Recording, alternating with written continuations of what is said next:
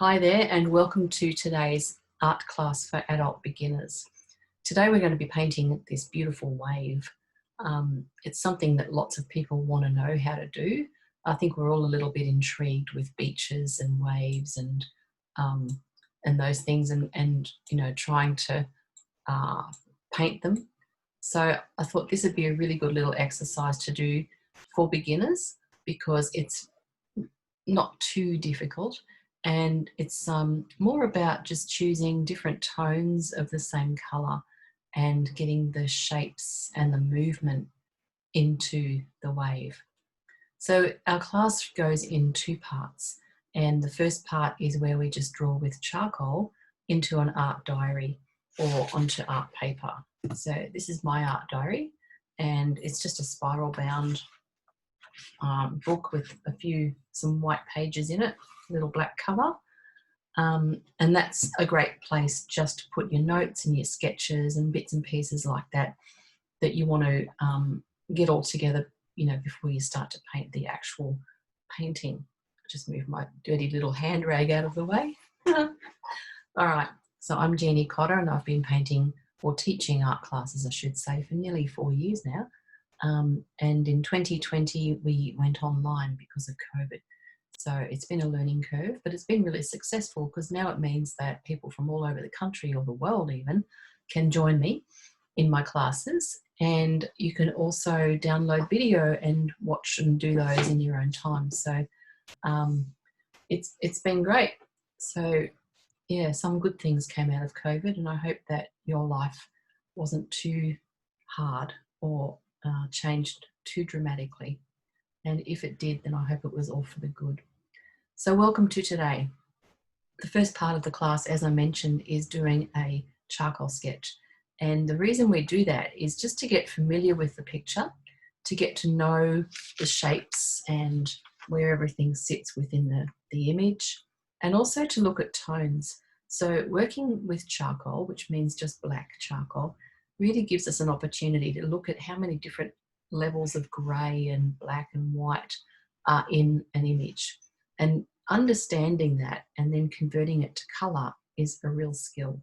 And I have to admit it took quite a few years for me to get my head around that. But once you do, it just changes your art amazingly. So hopefully this will be helpful on the way to that. So the first thing we're going to do is roll up a page onto your drawing paper to be about the same proportions as this. So this picture is designed to fit onto pastel colour fixed paper, which is close to A4. So this is a sheet of the sheet we'll be using later on. It's 23 by 30. That's what the measurement of this coloured section is on my paper. So this is colour fixed paper. It's quite gritty. It feels a little bit like fine sandpaper. And it's 23 by 30 centimetres. A4 pages are 21 by nearly 30. So this is actually about a centimetre wider than A4. But if you've only got A4, then that's absolutely fine. What we do today will fit nicely onto an A4 page. So let's draw up a shape onto your drawing paper around about the same proportions as this. You could even do, you know, close to this actually. So if you wanted to, if you've got a printout, then you could technically draw up about the same size as this picture, which would make it a whole lot easier. And if you're into measuring and getting everything, you know, spot on, you might want to use a ruler, or you could do it freehand. I quite like doing this part of the class freehand. It just means that I can stay quite relaxed and loose, and I don't get too attached to measuring everything and making sure everything's exactly spot on. But sometimes a straight line is quite helpful. So this is the area that we're going to be painting or drawing inside for this first part of the class. And it's the same proportions as my picture because I literally just copied that size.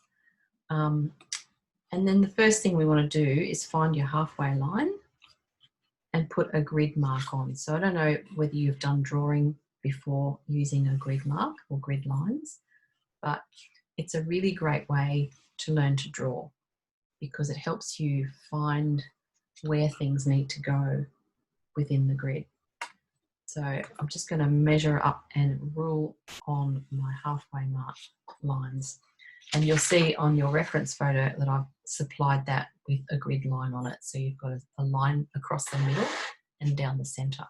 So what that does is it actually just breaks up the picture into segments, because what we're really looking at here is shapes to begin with when we're drawing it up. So we've got 4 segments and we have something happening in each section.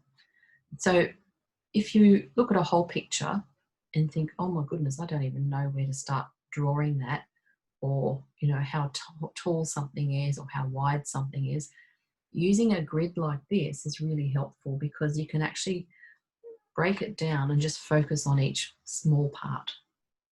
And you can break that down even more. If you wanted to put more grid lines on that and break it down into 16 squares instead of 4, you could do that and just work in each section.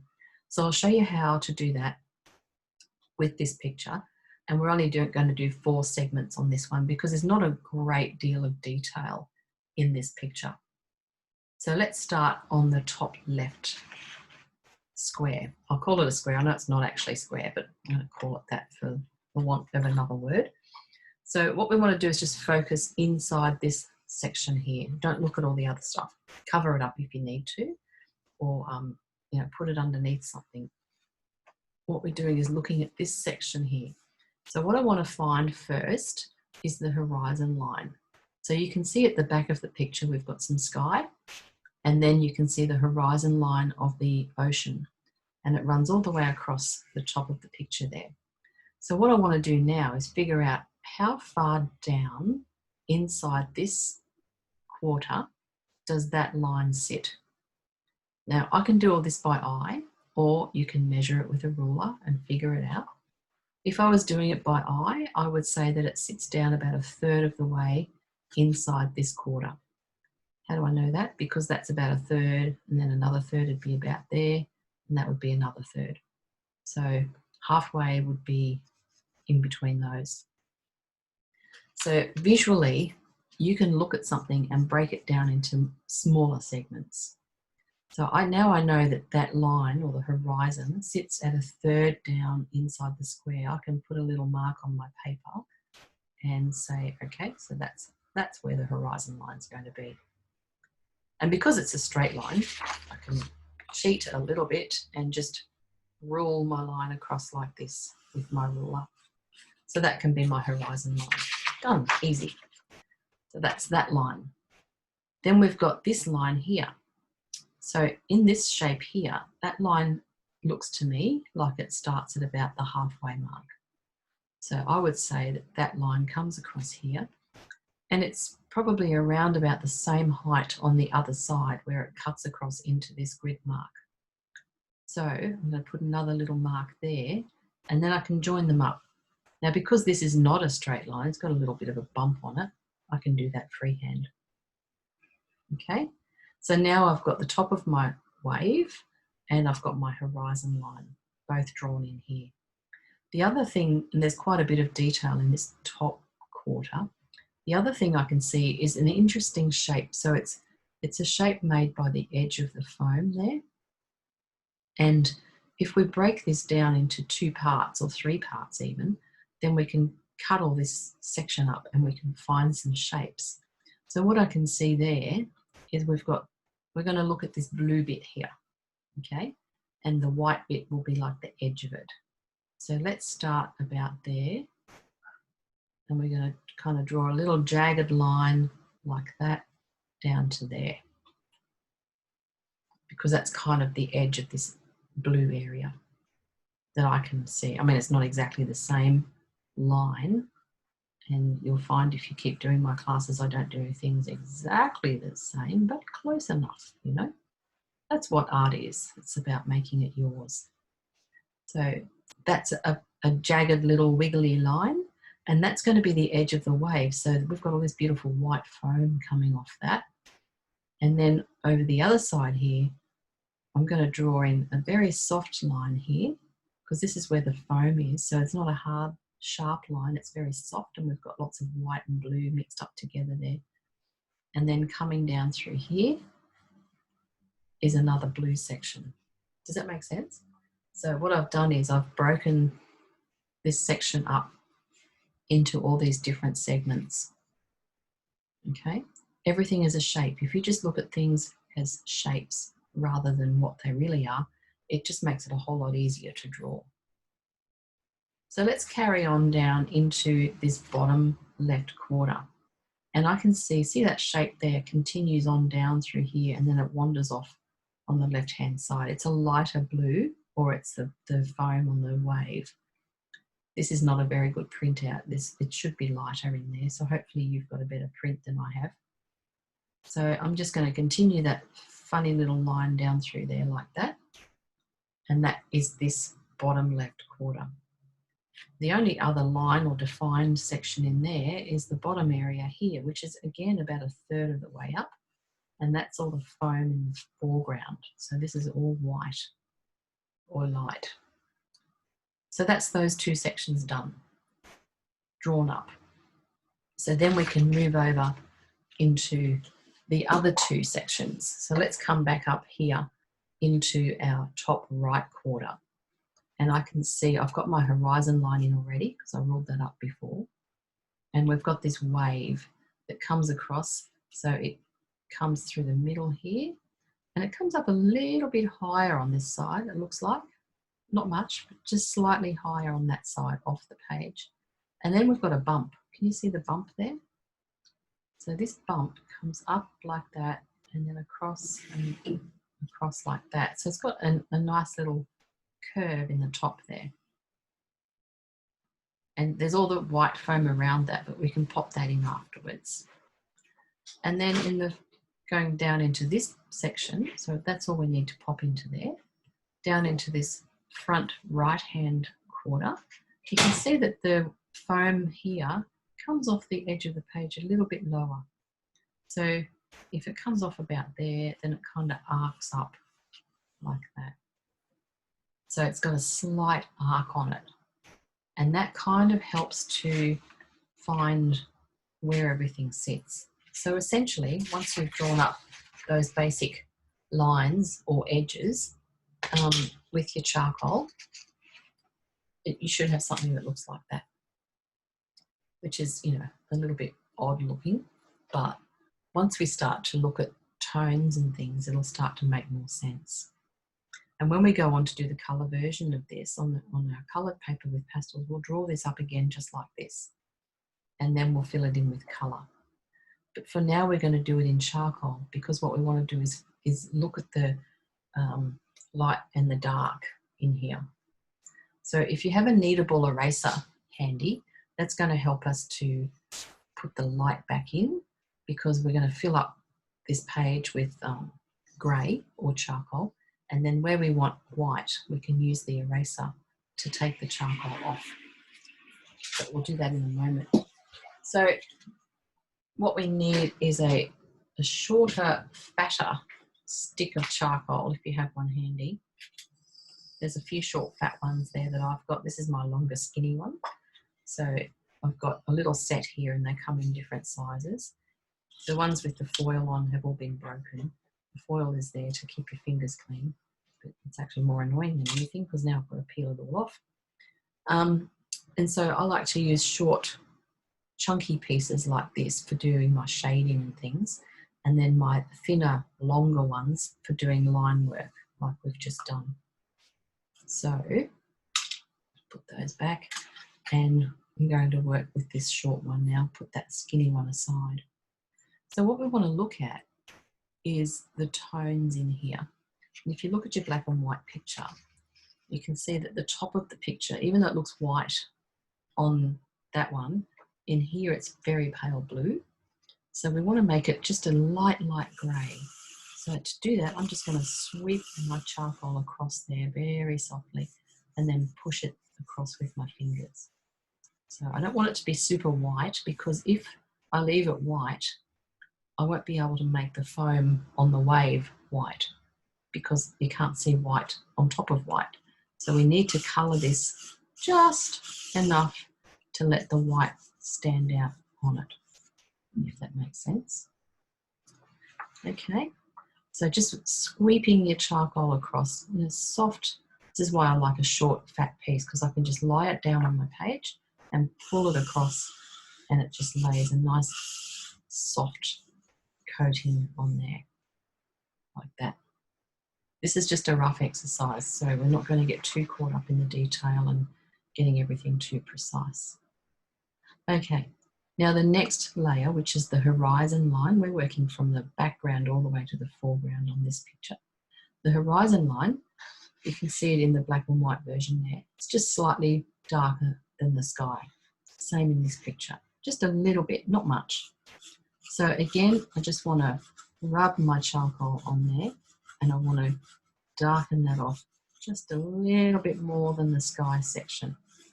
So we're making a stripe basically. So this stripe is a bit darker than the one above it. Okay, so that's my horizon line. Okay, and you can smudge that with your finger just lightly, just push it in gently with your finger. Now, it's only a suggested line, it's not a very strong, hard line that we want to focus on. We just need to make sure it's suggested back there so that this picture has some sort of perspective. Okay, and now we've got this next line here, which is our wave, or the top of our wave. So that comes across here, doesn't it? It's got a little bump in it, a little bit of a bump.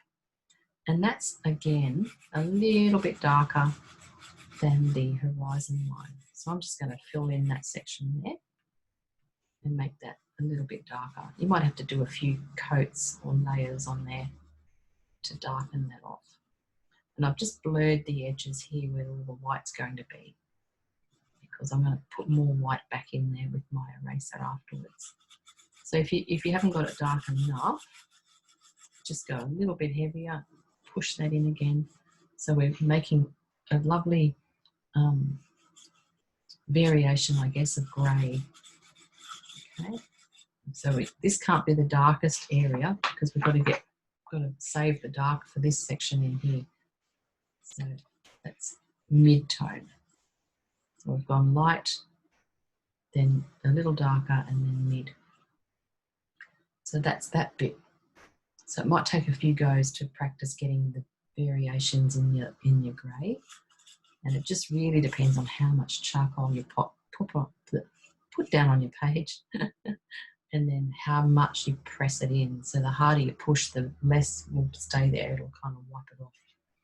So it's a bit of a juggling act between how hard you press and how much you let sort of sit on the surface. Okay, so now we're going to continue over to this side and carry on with that line of the wave. Okay, so that's the darkest area here. Can you see on the black and white section? It's quite dark in there. So what I want you to do here is put some charcoal down through there. And as you're doing it, kind of pull the charcoal around in the direction of the wave. You can see how the wave's kind of curling. You can see the curl there. If you pull your charcoal in that direction, it'll sort of make marks to indicate the curl. Okay. And then as you come down, we're going to curl around and come forward. So it's got that sort of shape to it. So if you pull your charcoal around like that, what we want to do is create this really big wave, this curve in the wave. I know it doesn't look like it right now because I've just filled it all in. And then once you've done that, you want to get your finger and just pull your finger around in the same kind of direction. See how I'm pulling it in like a arc kind of shape. And I'm just going up and down, and pulling it through there like that. And it's sort of starting to give me the feeling of that big wave and the shape of the wave. So when you're drawing or painting with charcoal and pastel, you want to be moving your stick of charcoal or pastel or your fingers in the direction of the thing that you're painting. In this instance, it's a wave and it's got that beautiful big curl on it. In fact, I think I need to go even wider like this. Yeah. Curve that all the way around like that. And see, if you look at the picture, you can see it's actually darker. It's darkest in the center here, in the base of the wave. It's where it's really dark because that's got the most depth of water. And then when it comes in here towards the sand or the foam, it gets a little bit lighter. So to make it lighter, I can just push my fingers through there and soften that off a little bit, like that. And if you want to lighten the top off a little bit as well, because it's also lighter, so the sun is shining up the top there, so that's shining the light through the top of the wave. And it's catching on those beautiful bits of white foam and on the very tops. So you can almost see the light shining through up here. See up the top there, it's a lighter grey, so it's like the sun's up above it and it's shining through the top of the waves. And then as the water curls around and gets deeper, it gets darker because there's no light getting in there. And then as it comes forward again, it gets lighter because it's catching the light around in here. And then we've got all this foam in the front, which is white or pale something, but I'm just going to draw another line across there for where that comes.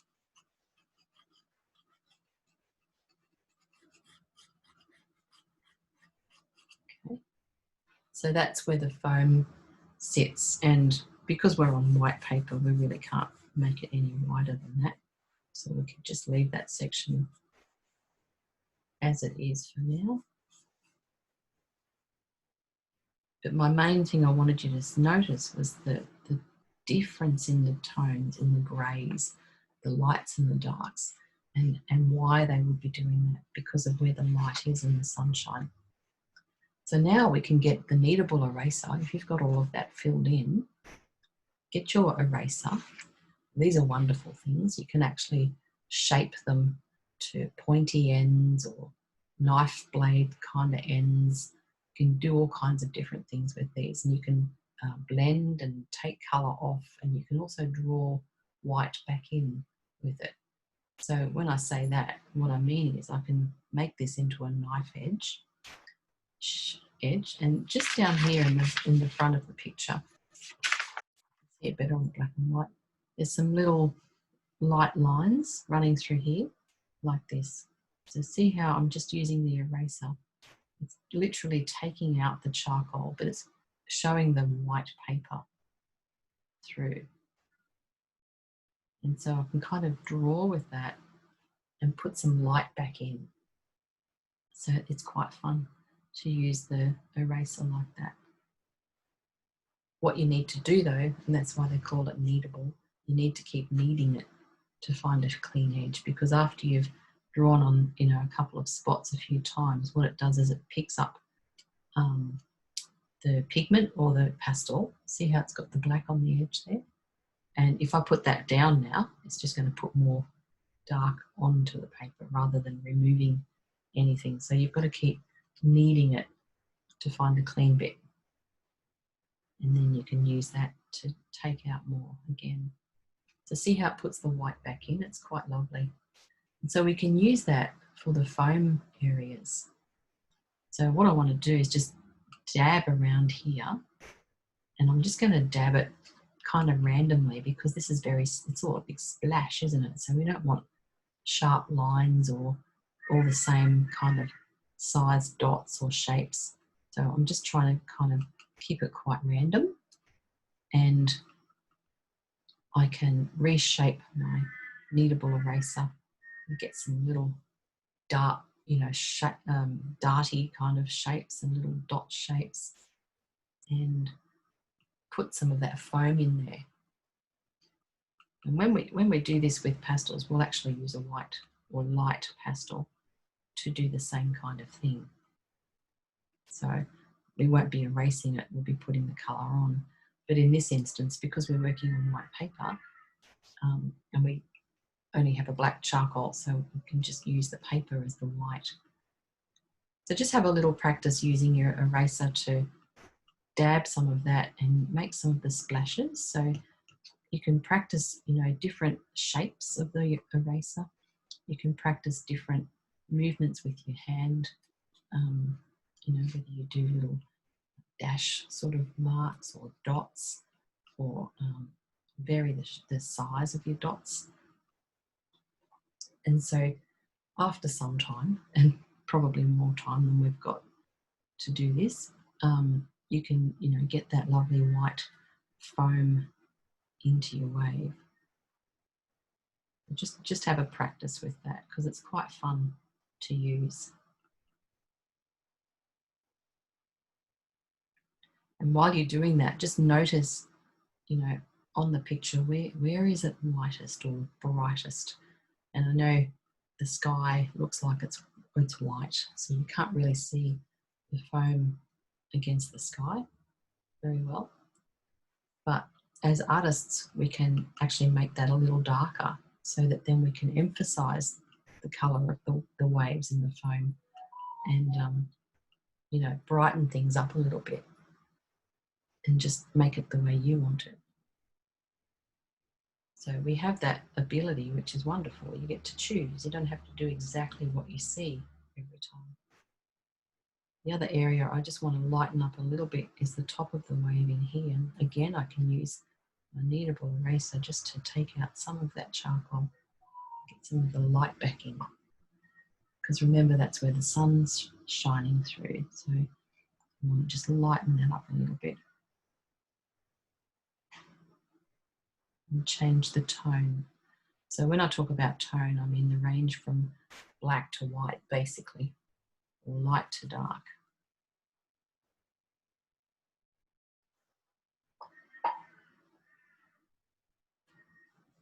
Your fingers will also remove it quite easily if you wanted to lighten up some of those areas. So that is basically the first section of this class. It's really just about getting familiar with the shapes and the picture, and understanding where the light's coming from and which order to do it in. So we might finish up this part now, and we'll move on to looking at some colours and getting ready to do the colour part, because that's always most exciting, I think. Plus, I can't stop putting my fingers in here, which is probably not going to end well. You've got to know when to stop. All right. So I shall pop that aside for a moment. Actually, I'm going to keep some of my paper there, because what I want to talk about is the colours that we're going to use today. So when you're choosing some colours for your painting, I find the best way is just to have the picture in my hand and try to colour match it as best I can with what I can see in there. Unless you want to change the colours and add different things, which of course you can easily.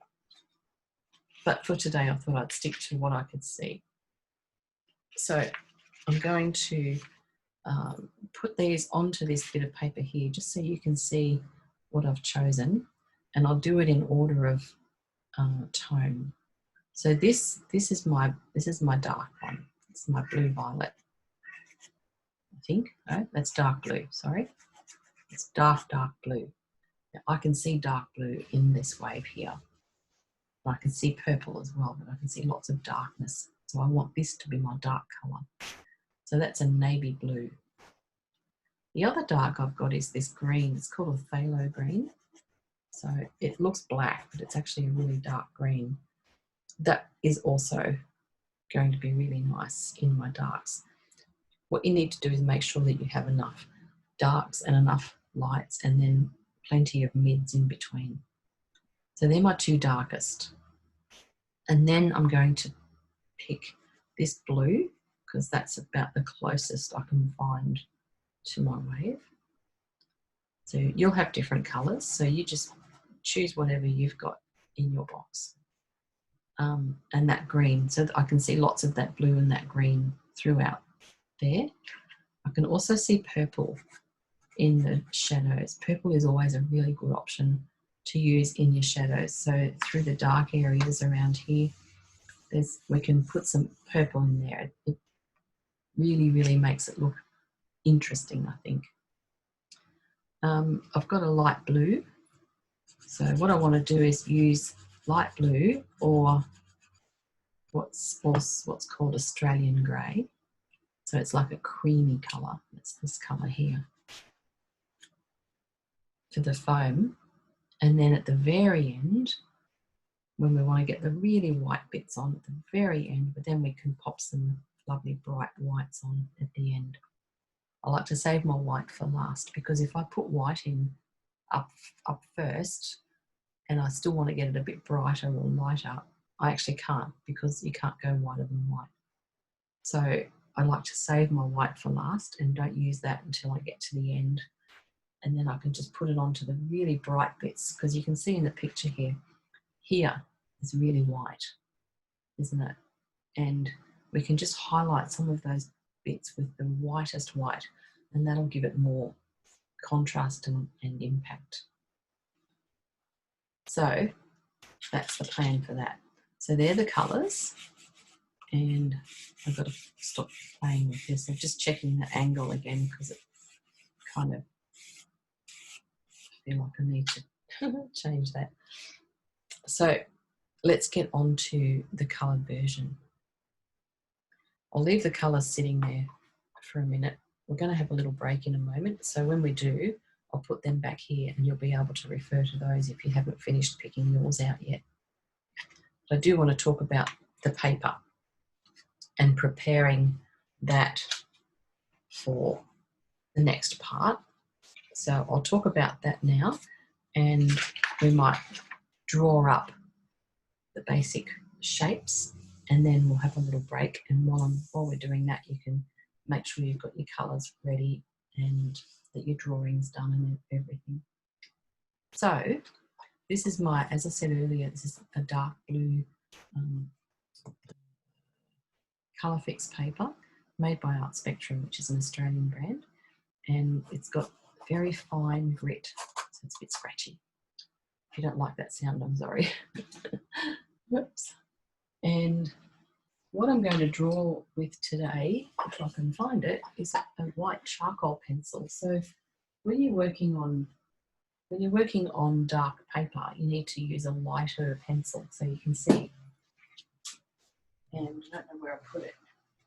So I'll just use a pastel pencil. Make sure you don't use graphite pencils. So there we go. That's a pastel pencil. It's a pale yellow, but that's fine, just as long as it's something that's lighter than my paper and I can see the lines. If you're on light paper, then you'll want to use something a little darker. So same theory, just make sure you'll be able to see what you've done. Don't ever use graphite or lead pencils, because it sort of stains the paper and it won't let pastel cover it, so you can't cover it up. You just get this weird silver shiny thing. So try not to use graphite or lead pencils. So pastel pencils or charcoal pencils are the best. So this is a pastel, it's a Faber-Castell pencil, and they're a really nice brand. So, and you can get them individually, so you can just buy one or you can buy sets. So if you're just going to buy one, I would get a white one and possibly a black. Maybe get two. Just because then you can, use it to do drawings like this. They come in handy for doing things like hair and, really fine lines. So a set of pencils would be ideal, but if you only get a couple, get a black and a white, and that'll get you out of trouble. So I've just ruled up my page with my grid line, like we did before, using a pastel pencil. Found my halfway marks. So This page, as I said earlier, is a 23 by 30 centimetre page. So halfway is 15 and 11 and a half. And if it's A4, then it'll be about 15 and about 10 and a half. It'll be your halfway marks.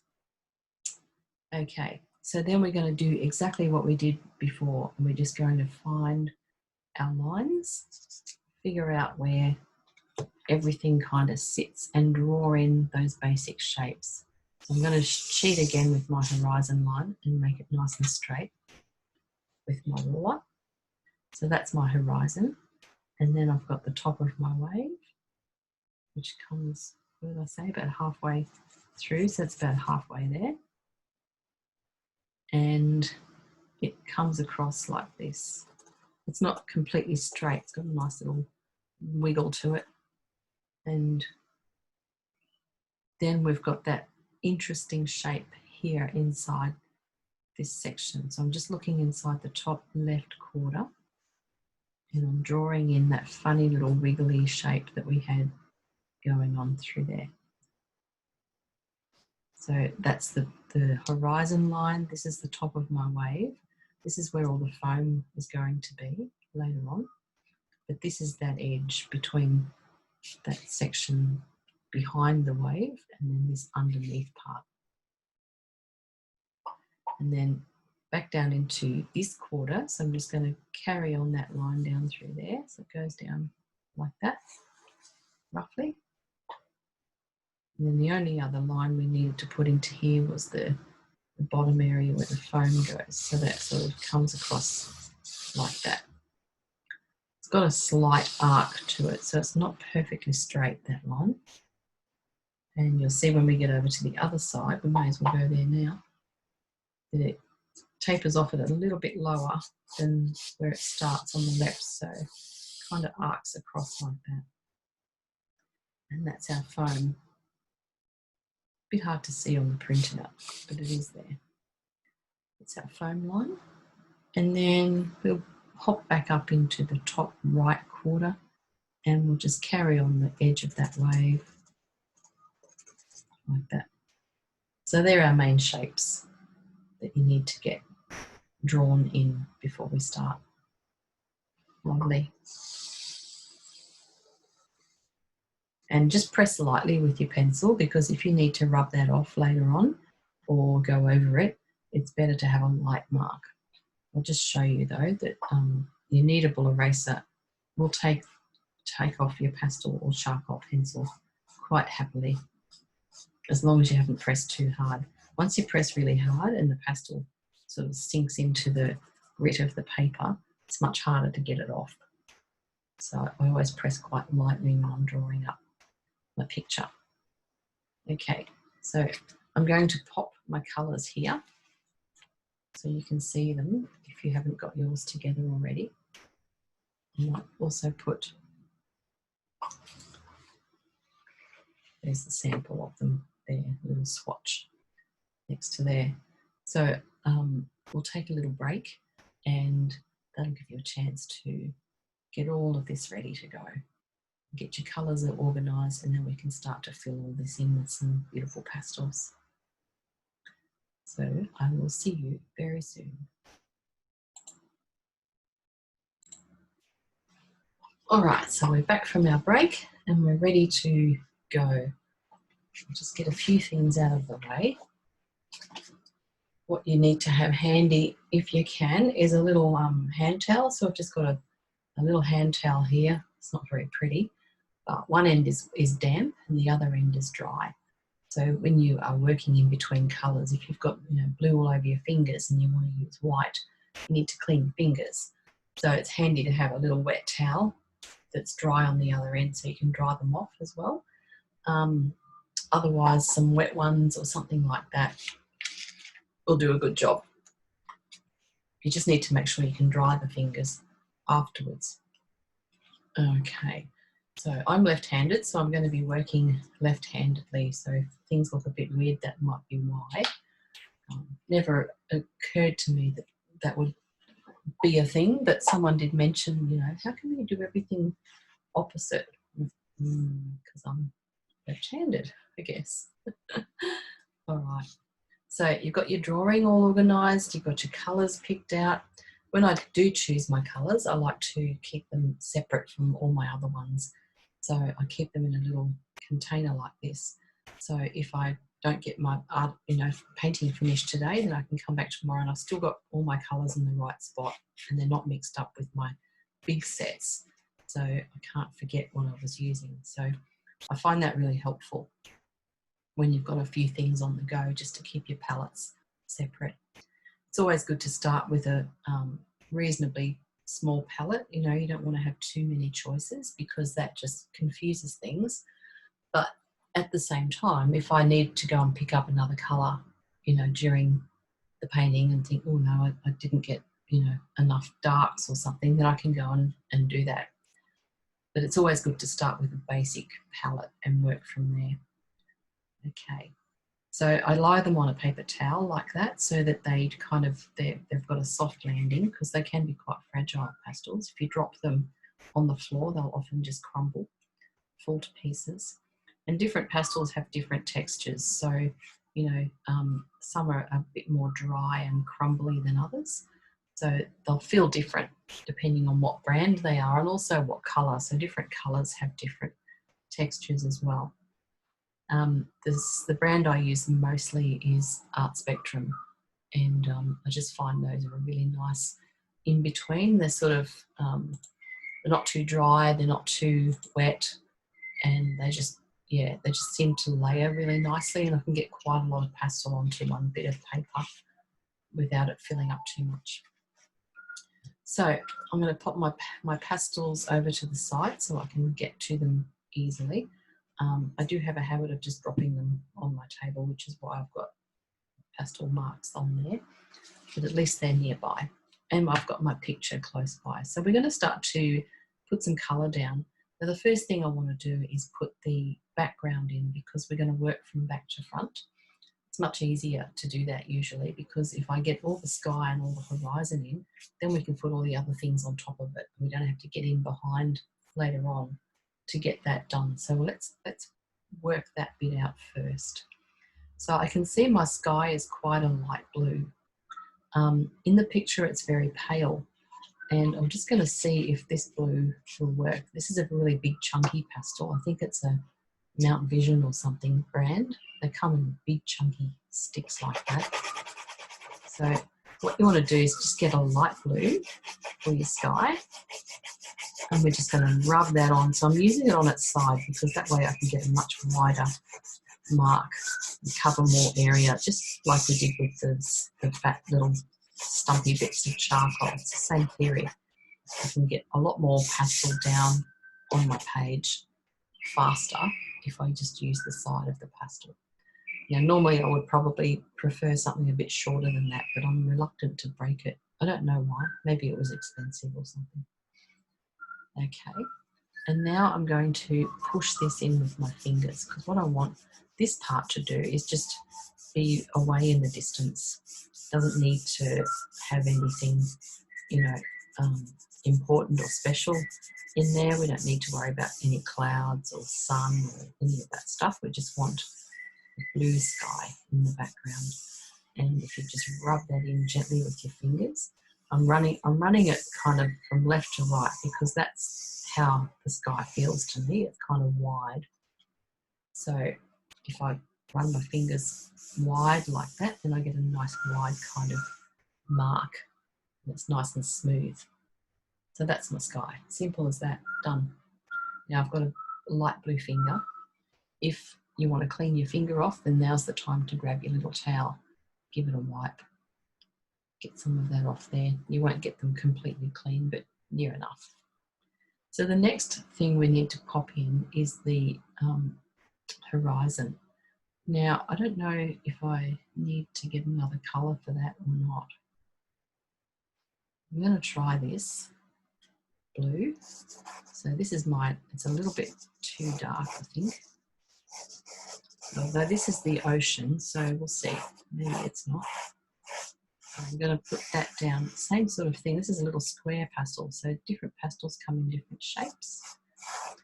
wipe that across there. And I'm going to do the same thing. I'm going to blend that in right across my page. When you do that, make sure you overlap where the top of your wave will go. So you're going to lose a little bit of your drawing. The reason we want to make sure we overlap that is so that when we come in and put that wave in, it's not going to have a halo or a gap around it in between it and the horizon line, you know, the ocean behind it, basically. So I'm feeling like that might be a little bit too dark. And so rather than getting up and finding another blue, I'm just going to pop a bit of this sky blue over the top. So see how I'm just wiping that over lightly, like that. That's gone over my darker blue, which was this one that I picked out before. And I've decided that the horizon is a little bit too dark because what I want to do is save this darker blue to put into the foreground. Because as we're coming forward in this picture, the colours are getting stronger. And the colours in the background are kind of faded and softer. And so sometimes you need to make colours. And to make them, you've got to do it on the paper. It's not like paint that you can squeeze out onto a palette and then mix with another colour to mix, you know, your new colours. With pastels, you do it all on the paper, which I think is kind of fun. Some people get a bit scared about that, but I think it's fun. So I've put down my darker blue, and now I've put some of my sky blue over the top of it, and I'm going to mix those together because I want kind of something a bit lighter than what the dark blue is, but I don't want it as light as the sky. So these two together should make quite a nice mid blue. I'm going to pull that across again, so nice wide motions across like that. Can you see how there's little like dots of light colour in there? So that's kind of catching on the paper because the paper's got a gritty texture. It's sort of catching, but in this instance, I mean, I could keep blending it and blend it all in, but in this instance, because it's supposed to be ocean and could possibly have some dots or shiny bits on the surface there, you might not need to blend that in anymore. I do want to make it lighter again though. It's still a little bit too dark for me. So let's pop a bit more light over the top. So this is how you can kind of mix your colours and change things as you go. So I've popped a bit more light on and now I'm going to push it in to the other colour underneath. And see how that's now getting a bit lighter. So that's a better tone, I think. What I'm looking at is the tones. So this part of the picture is actually nearly as light as the sky. Not quite, but you know, it's light like the sky. Okay. The other thing I was going to mention was the blurring of the lines between the horizon and the sky. So if you wanted to have a really sharp edge on that, you could come back over it with your sky colour, for instance, and just kind of draw the edge in with the pastel to try and make it a little bit more defined if you wanted to sharpen it up. I don't mind the blurriness because I know all the focus will be on the wave in the foreground. And at the end of the day, no one's really going to be looking at that part of the painting. However, having said that, you still do need to make sure that you get your backgrounds and, you know, all the other bits and pieces right. So I'm pretty happy with the colour of the water there. I know that as I come forward in my wave, let me see what colour is this compared to that. So this was what we put down initially. So that is still darker, which is what I wanted. I want this to be darker than that. So I think I'm going to go with that because all of this area essentially will have splashes and foam over it at the end. So what I need to do at this stage is just get a base colour down in here. So you can see on the picture that most of this is covered in foam that's all spraying up, and we'll put that on afterwards. But for now we need to get a base base colour behind it so that it's got somewhere to start from. So again, I can just push that in. And again, I've overlapped my edges because I don't want gaps between my two sections or segments. Okay, and that's the top of my wave right there. So now you can kind of look at what you've done so far and think, does that need to be lighter or darker? Or, you know, before you kind of move on to the next part, is there anything we need to fix or change with what we've done already? Because once we come into this foreground and putting all the splashes and things in, it's going to be too hard to get back in there and change anything. So now's the time to think about whether you need to maybe lighten this up a little bit more, darken this up a little bit more, or, you know, change something. So I'm actually not going to change anything much. What I want to do though is I want to darken this a little bit more and sharpen up the top of the wave across here.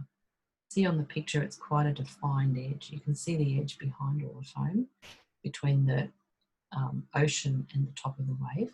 And I'm going to use my dark green because it's actually quite dark, this part. If you can see beyond the white foam, it's actually a fairly dark tone.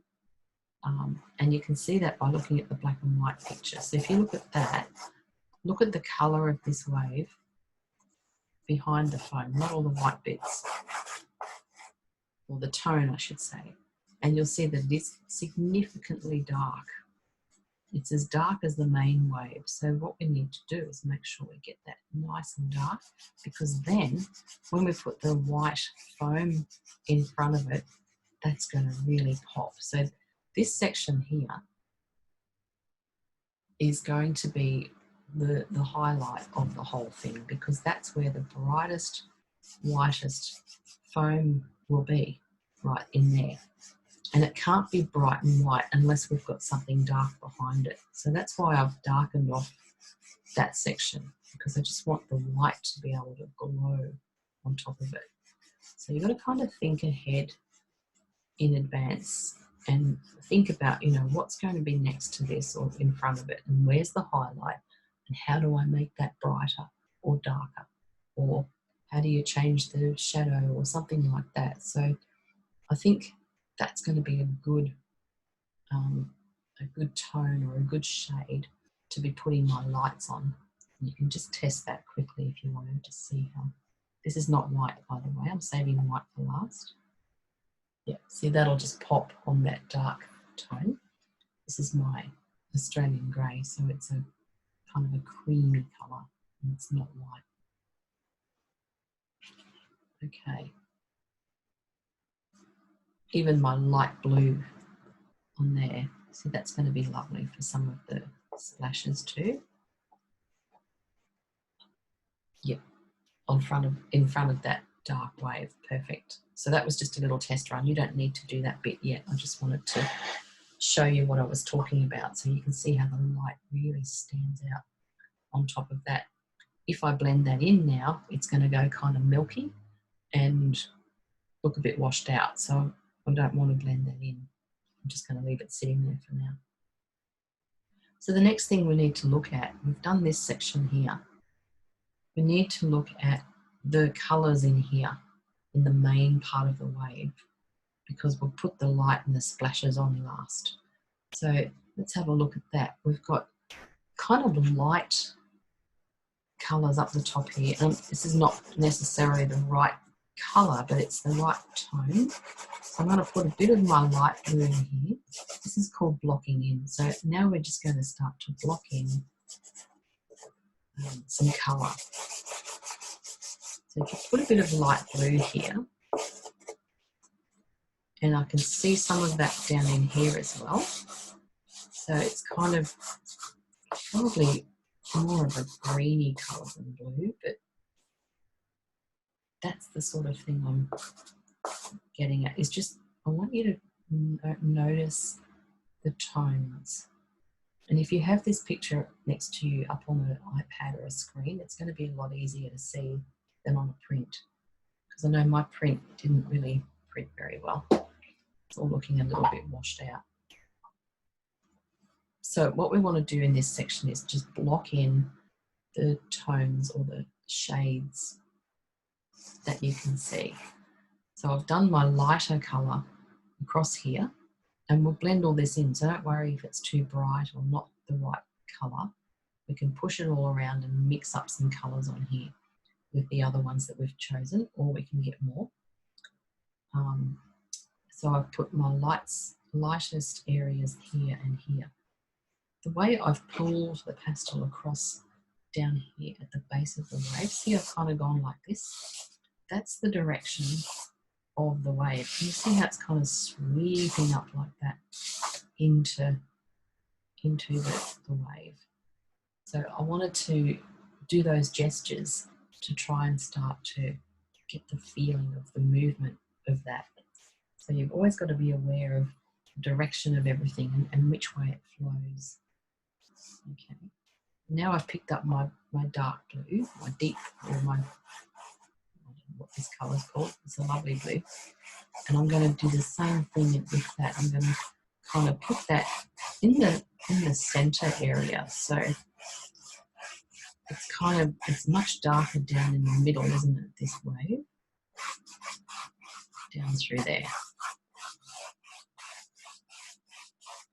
And again, I'm doing these lovely curvy kind of shapes with my pastel, because again, I want to get the feeling of the movement of it. So always think about what direction does the thing move in, and how can I, express that. Okay, I haven't blended anything yet. I'm just putting colour on the paper. So that's the blue. You can see it's created quite a lot of dust on my page. So I've got, these puddles of dust sitting here, and sometimes they won't blend in. So what I'm going to do is tip that off. I've got another cloth next to me here that I can take outside later on and shake out. And that's where I just tip all my dust. It's tempting to blow it, but if you do that, you'll get it everywhere. And if you're inside your house, it's probably not a really good idea. So try not to do that. And just tip it off. If you're outside, you could probably blow it away. But yeah, just be careful because pastels are very dirty. So that's my dust. I've tipped that off, and now I've picked up this beautiful green. Oh, it's a lovely green. It's such a nice sea green. And on the picture, I can see there's a lot of that up in here. Remember we said earlier that the sun is shining through the top of this wave. So we've got lighter blues and greens up through the top there. And then as it comes down in the curve, underneath it gets dark. So that's where there's shadow and there's not as much light. And then down here in the front where we put the light blue before, there's also, it's lighter. So I'm just going to pop a bit of this green in there because it's just so delicious. And I want to, get that colour in there. It's lovely. So can you see how we're kind of building up the tones? And when I say tones, I mean, the lights and the darks. So this green and my light blue are our lighter tones, I would say, within the wave, within those colours. Okay, so that's my light blue, my sky blue. This blue, I would say, is a mid. So that's like the middle of the range. It's in between light and dark. And so that's a nice one to have in there, and mixed together and pushed around, they're going to be delicious. And then we want to put darker into here. I'm going to try my darkest blue, see what that does.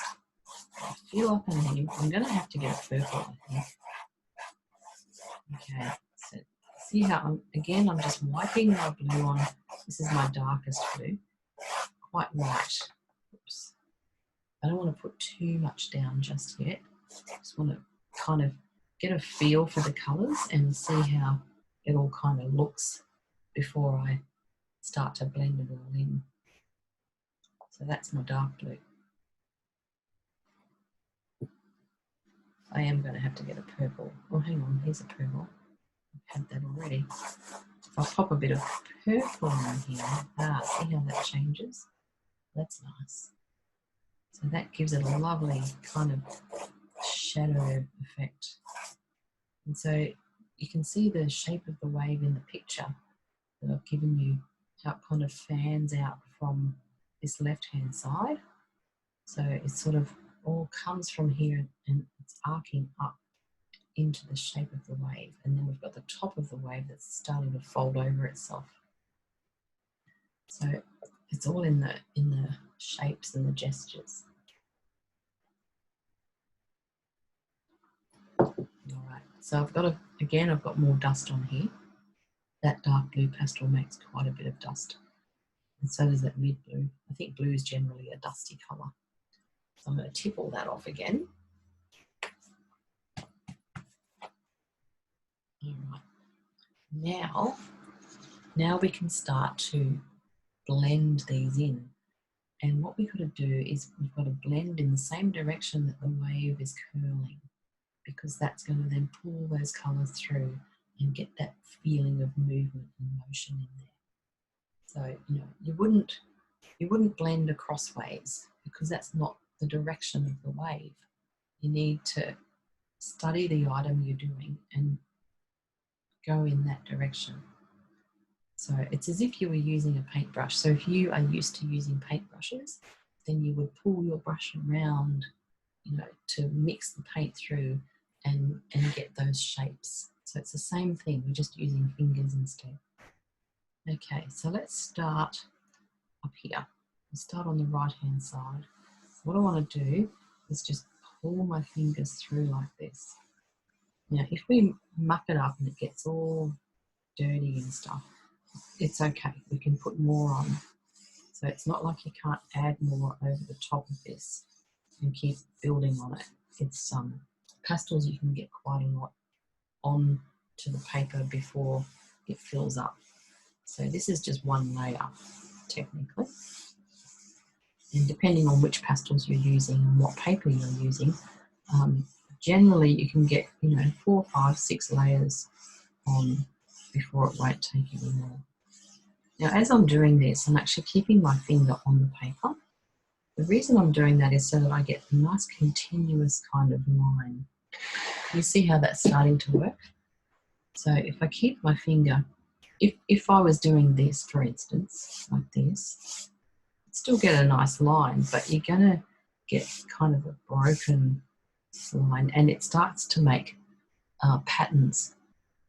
And we want to try and keep it sort of as organic as possible. So I find this is what works for me anyway. It's just keeping my finger on the paper like that and not actually lifting it off.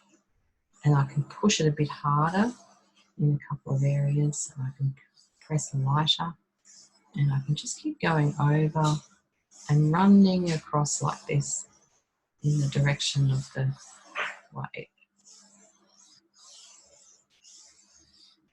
Pulling that around. Make sure you stop, you know, at the edges of the wave where the frame is going to be, because we've got to leave room for that. And just pull this around like that. And see how that's already starting to look like it's got movement in it. And that's just by pulling those 3 or 4 colours in the direction that they go. So I'm going to go back over that now, and I'm going to really look at the picture. So you need to study your photos when you're doing this, because it's really important that we get the right shapes happening. And so understanding the movement of the wave as it comes up and arcs around like this, and how, you know, the light's catching in the top and the shape of it, like it's kind of all stemming from over here on the left hand side, because it's building up, it's creating a beautiful crescendo over here, and then it comes up and it gets higher and higher, and we get this beautiful curve and roll of colour. So it's not quite there yet. I'm going to just keep pulling that around. What I want to do is blend all this in a little bit more because it's looking a bit too stripy at this point. And so I can keep doing that and just soften off these edges and blend all this through a bit more until we start to get a really nice base. It's coming along well. When we put the foam on down here, that will define this side from that side. So if there's looking a bit too much the same around here, don't stress.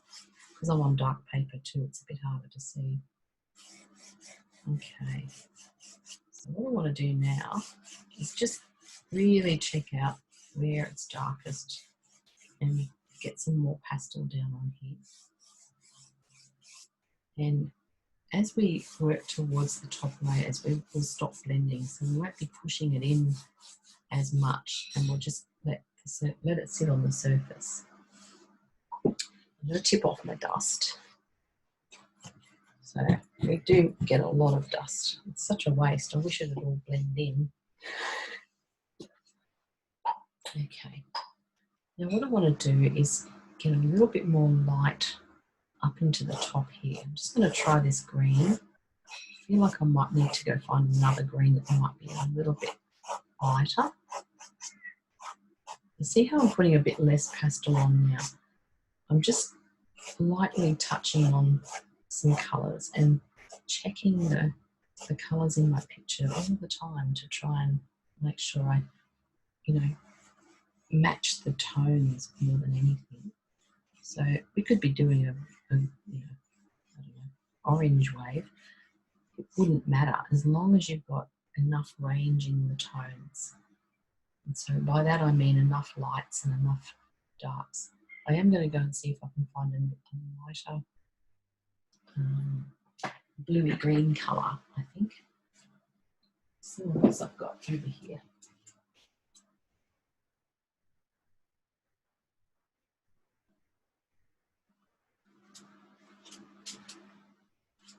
I think this might be a good option. So remember I said before, if you feel like you need to go and find more colours as you go, then you can do that. So what I want to do now is just see if this will, I'm trying to create a really nice contrast between the light and the dark. And just get some of that texture going on in the top section here.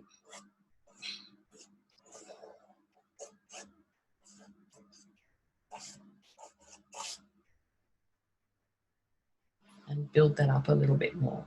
Yeah, nice. Okay. And while I've got this in my hand, I can actually start to use some of this for some of my foam. Okay, because like I said earlier, we can have a few different colours in the foam. It doesn't have to be all white because it's reflecting the colour of the water. And so if the water's got blue and green in it, then the foam will also reflect those colours. So what I'm doing is I've just got this short little stick of pastel and I'm literally just wiping it along like this. Okay, and we'll come back with white and brighten it up afterwards. So don't stress about that. But if you've got your picture on an iPod or iPod, who has one of those anymore? Oh, me, I think. You'll see on the left-hand side that the foam is quite blue. See how it's not white at all? It's really blue, or kind of a bluey green colour. So this can be, part of that. This can start to kind of contribute to making that. And as you do the foam, see I've got my little stick on its side like this. I'm just kind of running it around on the paper, looking at the shapes and the gestures. So we've got this lovely big splashing kind of shapes coming up through here. So that when to achieve that, I kind of turn my little stick upright and pull it so that I'm starting to get these funny little lines that might be, big splashes of foam. this was a gold cup with great colour to pick up. So it's a very pale greeny, greeny blue, I guess. It's very cool green, very light.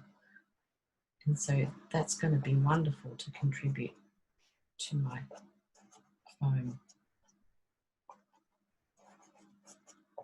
And then we can add white over the top and really brighten it up. So just smoosh that around a little bit. Vary the height of your marks. Oops, I went up into the sky then. Put blue stuff in there. Cover it up with white later. So when you're doing things like this, you want to try to keep your movements fairly organic. Don't make patterns. Don't sort of try not to do the same movement all the time. And what I do is, like, I kind of twist the pastel around in my hand and change the way I'm holding my arm. And even sometimes you can, you know, press a little bit harder and get some fine little dots like that in there. See, like that.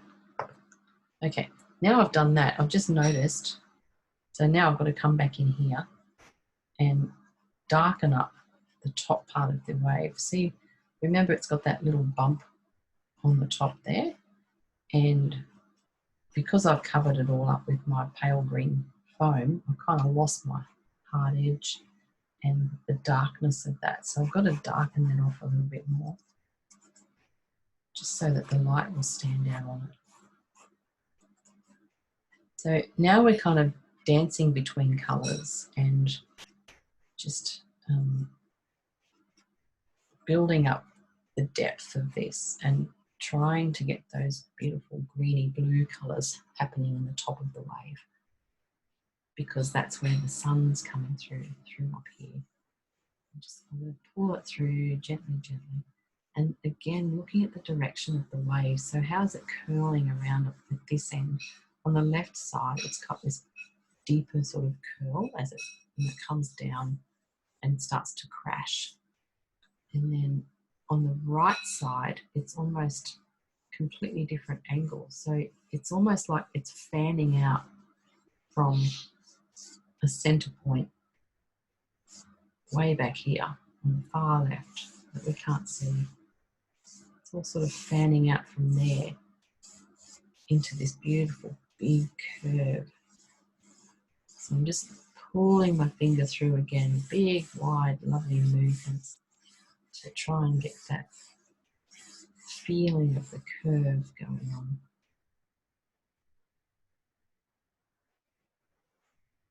Lovely. And then I'm going to, I want to darken up in here a bit more. So for the light to shine and be bright and beautiful, we need a bit more dark in there. So let's see what this colour is. This is my blue violet, so that's my favourite dark one. Yep. See how that's just got, it's got a violet base, so it's got a really nice little shadow. And I can see far over here on the right, oh sorry, left. On the far left, it's dark in there because we've got that foam up against it. And then it kind of is not quite as dark in this section here. I'm in the middle of the wave now where it's darker. And then as we come across to the right, it gets much darker. A nice big dark patch through here. A bit like that. Okay. And so we just kind of want to pull that around and get those shapes working in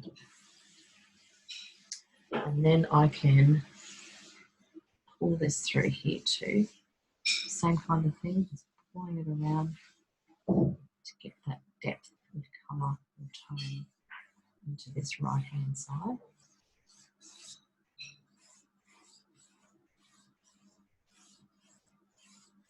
So it's really just about mixing all your blues and greens and purples and things to get those beautiful variations of tones.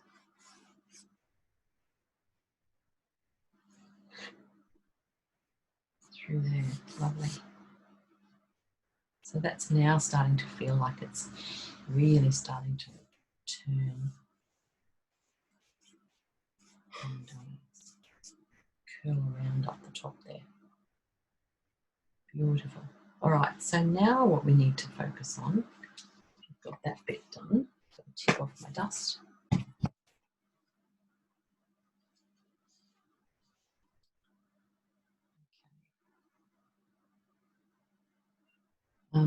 If you need me to wait, please let me know. Otherwise, press pause and carry on. But what I want to get done next is this foam in the foreground. And then we'll go back up into the fun bit, to the foam at the top.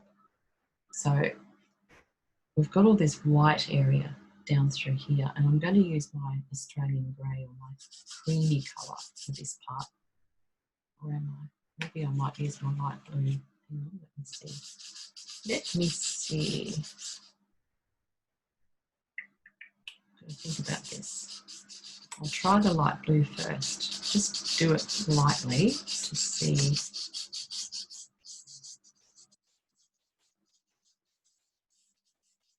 And when you're doing this, you can kind of see that there's lighter areas. So I'm going to put my light blue into these lighter areas I'm looking at. Probably should use that other colour actually.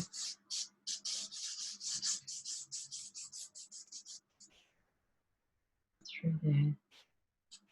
And then they kind of start to go up a little bit.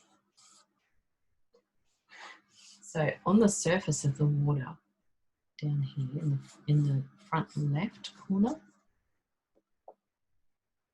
it's got, you know, lighter streaks or lines of water there, just in here. And I don't know whether the blue, it's probably okay, but I'm just going to see what the green looks like, this light green. I think that might be a better option, just to give it a bit more shimmer. And even though I've put the light blue down, if I pop this over the top, it kind of looks good actually, looks all right.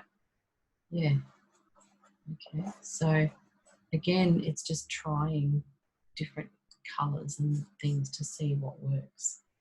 But what's happening there is there's light catching on all this water here in the foreground, and it's, you know, shining, and that's before it goes up into the big beautiful wave.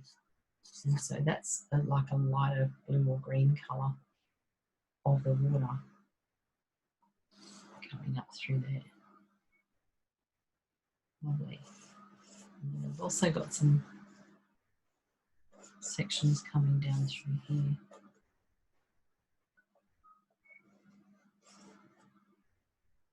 Like that. So once you've got your base colours down and you've got that lovely dark and light going on, then you can start to really look at, you know, the different shapes in this wave, because there's so many different little shapes in the water that are coming up through here.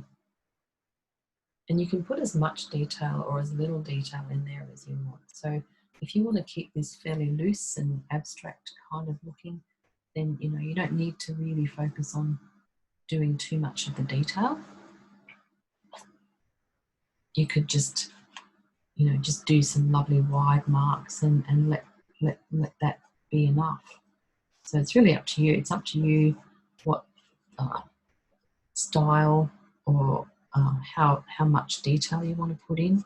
I am a bit of a details person, but when I'm doing classes like this, I, you know, probably often don't get back to it and finish things off as well as I should. What I'm doing now is just putting a little bit of dark blue through there, because you can see all the little they're like shadows and lights all through this section up here, and then it's actually everywhere because the water's moving and it's doing all these beautiful shapes and things. So I was just trying to capture some of that and yeah, get some of the texture into there. And now I've done that, I'm going to just dab this in lightly. If I push it around and blend it in, it'll kind of get lost.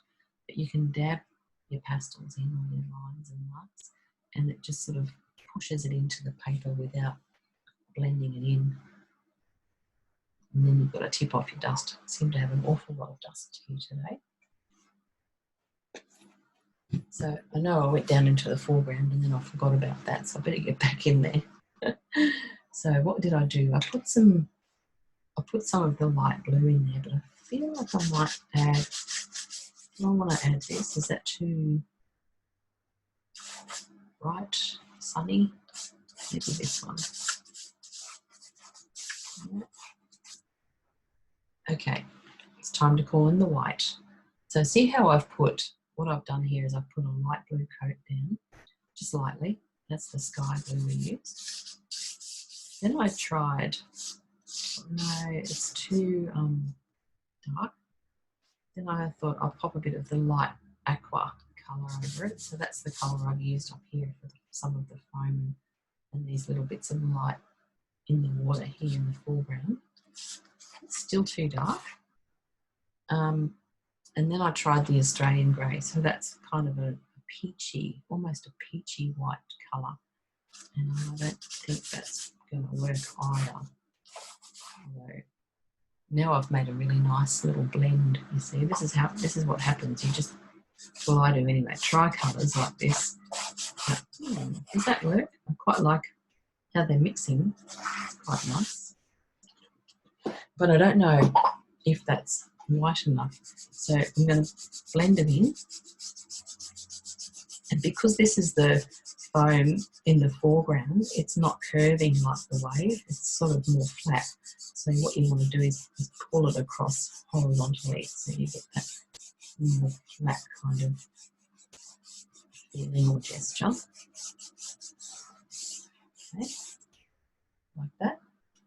Now that I've pushed that in, I can put some white on here. Now, this is how the white will glow. Look at that.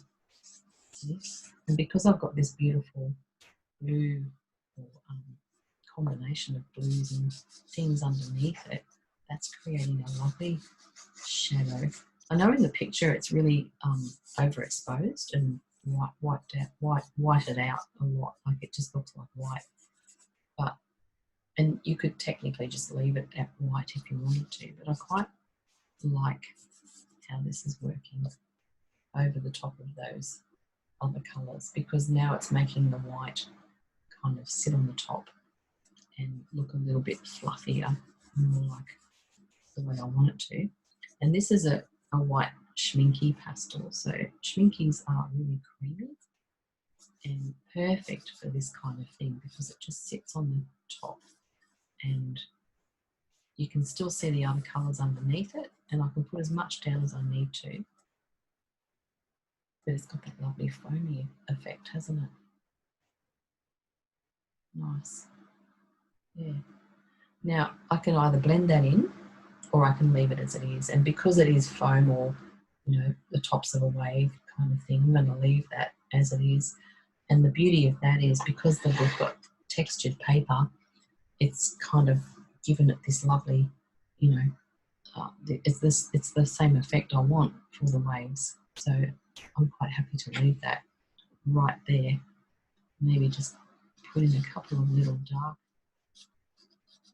lines because I'm trying to sort of indicate that this is more horizontal than wavy. Yeah.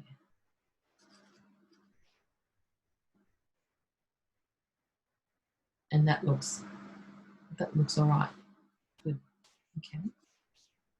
So sometimes, not sometimes, most times, once you've finished pushing the pastel into the paper and blending all the colours and getting it to hang on and build your foundations, then when you come in for the final layers, you don't blend it in and you just let the pastel sit on the surface, depending on what you're painting, of course. But in this instance, because I want this to look foamy and lumpy, that's working really nicely. So I'm not going to blend that in, I'm going to let it sit there. In this instance, so we've blended all the wave in, haven't we? And then I used my pale turquoise colour to get some of those little highlights along here. So I can actually see them better on a screen than I can on the print. But there's some lighter sections across there, which I think are working quite well. And I might just put a little bit of white randomly in a couple of spots. So that kind of looks like it all merges in together. And then there's also, you know, some shiny light bits that come up like this. And so what I'm doing here is just going to let that sit on the surface of my painting and not push it in, unless I change my mind and don't want it there. But if I just let that sit on the top like that, then what happens is we can still see all the beautiful colours underneath, but we're getting that glow of the water on the surface as well. So I think that's working quite nicely. Yeah, good. So once we've done all that bit, I feel like I want to just get a bit more dark. Where's my dark blue? Up through here. I just want to emphasize the dark a little bit more, because when you do that, then the lights will pop a bit more. So you've got to have enough dark to get the light to pop. And that's making a lot of dust. Can you see how I'm letting that sit on the surface again? Now I could blend that in, or I could just leave it there. Depends on what kind of look you like, I guess. So you could push it all in and, you know, smooth it out basically, or let it just sit there. So I'm going to put a little bit of, just a few little shadowy kind of marks up here. Again, I'm just lying the pastel down. I don't know if that is blue. It's dark something. Must be blue violet. Lying it down a little softly, and just putting a few little shadows in there. I can see those in the water. I don't want to do too many because then it'll get really dirty and dark. So I want to keep it fairly light. Okay. All right. So that's probably enough of that. I'm going to tip off some dust because I don't want this to stain my painting. And so now you decide, well, do I push this in or do I let it just sort of sit there? So I'm going to dab it actually because I just want it to stick to the paper. This is one of the not problems with pastels, but one of the things is that you need to make sure you either spray things and fix it so that it can't be smudged or touched or moved, or you've got to put everything behind glass and frame it. And so that's why I like to sort of try and push some of the pastel in, because when you frame a pastel, you need to make sure you've got space between the frame and the picture, so that while it's hanging on the wall, if any dust drops, it'll go down behind the frame rather than landing on it and dirtying the inside of your frame, which is a real pain because then you've got to unframe it and clean it or buy a new mat or something. So that can get quite annoying. All right, so I'm not going to blend any more of that in because I quite like how that darkness is nice and deep through here, and then it comes up and it gets nice and light up here at the top. Now I'm going to grab my light one again. That's this little pale green one. See that? And in my picture, most of the foam or top of the waves, they're not that white. It's more this sort of colour because, as I said earlier, it's reflecting the blues and the greens of the water. So if I start to use this to get some of my foam edges in there, and then I can come back with white and brighten up a few other spots. So let's just fiddle around here at the top. Again, I want to try and, the hardest part is being kind of random with your mark and getting it to look natural as you can without making the same mark or patterns all the time. It's pretty tricky. And when we put white on, that's when it'll pop. So this is just kind of the background bit for the white, like we did down the bottom here. See, when we put the blue and the green down the bottom, blended that in, and then put the white over the top, so the white just glows then, doesn't it, on the other colours. So that's the kind of thing I'm going to do up here as well. So we've got to build the kind of the base for it to pop onto. So down through here, it's really quite strong. That wiggly line of the wave, remember that one that we drew in the beginning? So there's a lot of foam bouncing up off that. So I'm just going to smush this around, thicken that up a fair bit here on the front, because that's where we want that big amount of bright white foam to catch the eye, because the sun's bouncing off it.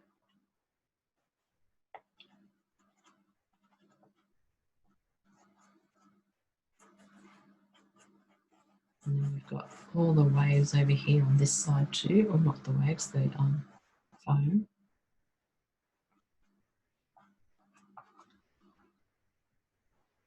It's coming alive. Getting there, getting there. This is the exciting bit, when it starts to look like it's supposed to. I'm just going to put a bit more light in there. Nice. All right, so we've got some of that in there around the foamy bits. Okay, now I'm going to try some of this blue, because again, that's going to sort of contribute to making the white pop. It's still a light tone, but it's got a lovely sort of shadowy feeling to it. There must be a bit of purple in this, I think. Quite nice. So I'm just going to zhoosh that around as well.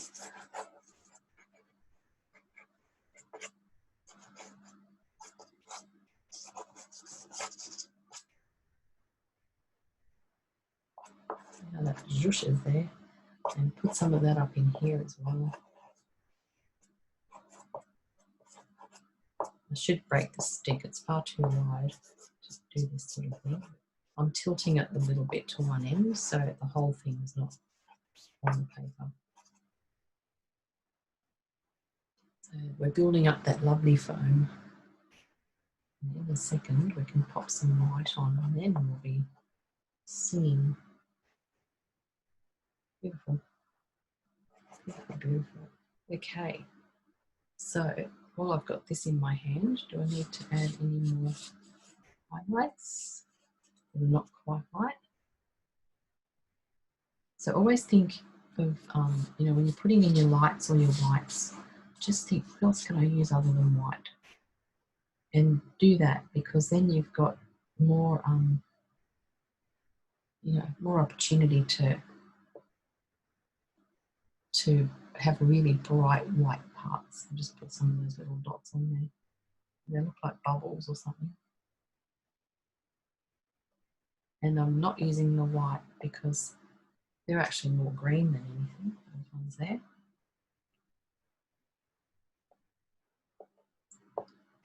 Try my little green one. This is my light green one.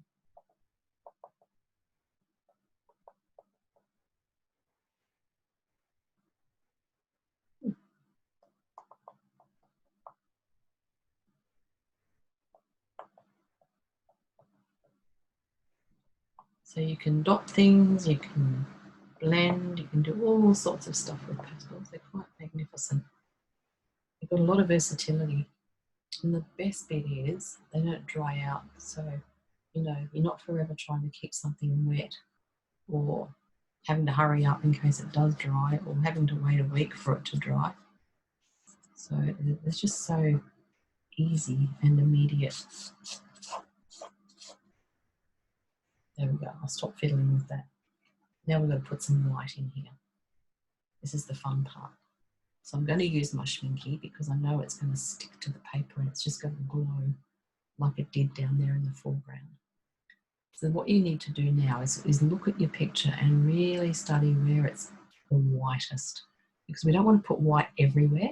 That'll kind of saturate everything and then it won't be as impactful. So when I'm looking at my image, I can see that there's a lot of white here. Okay, so that's where the sun's catching that foam. And I'm just going to dot this on like that. So I'm just dotting it basically, just very loosely. I want to try and keep my mark as natural as I can and not make patterns. Okay, so I've got that in there. It's quite a big area of white there, and then it kind of just all splashes up through here. And again, I want to try and keep those splashes nice and natural looking. See how the white just glows on top of those other colours? So the light colours looked like they were really light until you add the white, and then you just get that wonderful final shine. It's the best. I feel like I need a shorter bit of pastel though. I'll see what I can find.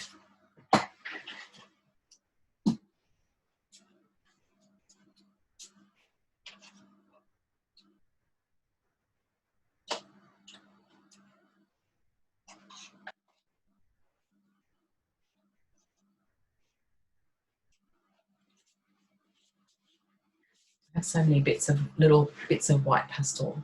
I've got to kind of feel them all to see which is the creamy one. I don't think this is a Schminky after all, but anyway, that will do. So see how by lying it down on its side like that, I can just sort of get a more natural coverage, I suppose, and just sort of gently dot it around. And then when you want it to be whitest, you just press a little harder and let it sit there on the top.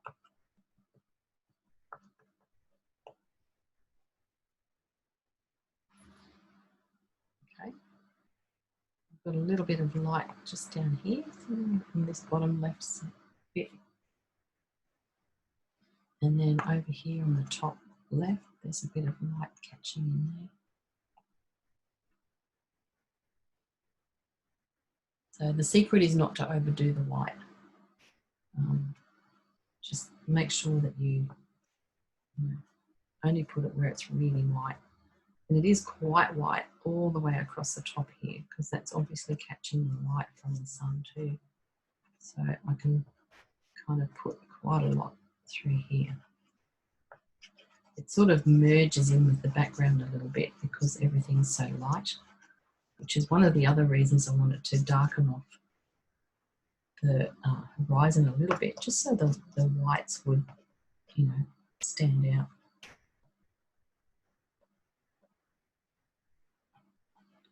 So as if this is not a creamy pastel, it's still working okay. It's not quite as creamy as I'd like it to be. So I've got to press a little bit harder to get that white. And it doesn't seem as white as the, maybe it's not even white, I don't know. It's hard to tell after a while. When they all sit together in a box, they get really dirty. And so you've got to wipe them clean to figure out what colour they are half the time.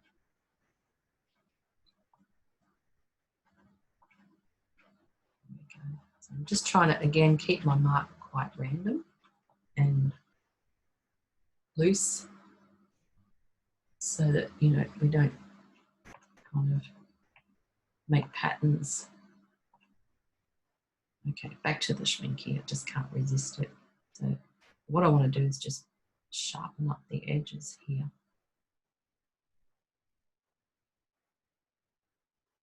Get a bit more of the bright white in there. It is much whiter.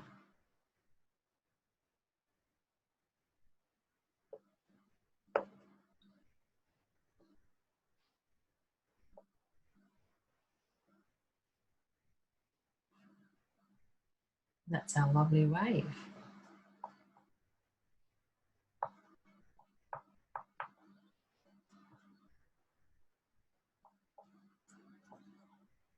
There's the big splashy ones too that kind of, you know, pop up. All very splashy. I think I've overdosed on white now. Done too much. And this is what happens. You get carried away with yourself because it looks so great. And then suddenly it's all too white. And when that happens, you know, now I can come back over that with my light green or something light and just sort of smush it in a little bit so it's not quite so dramatic. But I also need to sharpen up in here and darken up in here. So I've kind of lost the edge of the top of my wave, which is easy to do, but I can come back in now and refine that a little bit with my pastel and just try to get that edge nice and sharp again with a few little bits of foam coming over the sides.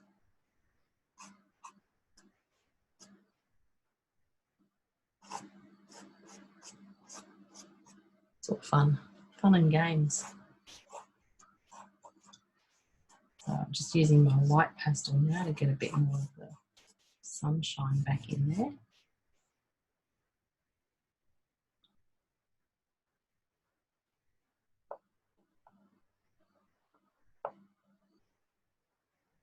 And sometimes you've just got to break the lines. So because we've got this line of the top of the wave, you just need to put a few little, you know, bits down through like that just to break the pattern a bit and make it look more natural.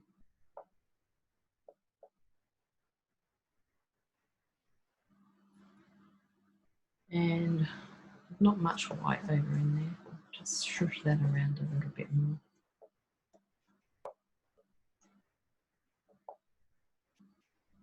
Make a bit more of a splash. So that pretty much is how to paint a wave.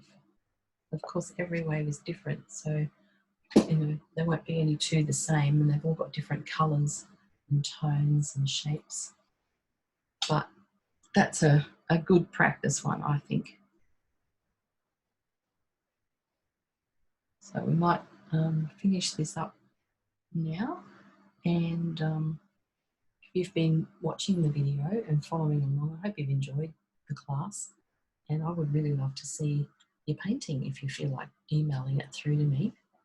And I'm just going to tip off my dust. One last final dust removal. And that there is our little wave class.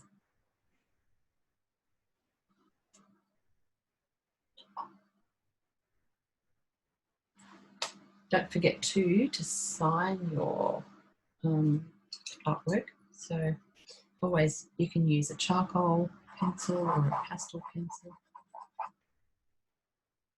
something like that, and save it in your archives. Thank you for joining me, and I hope to see you again soon.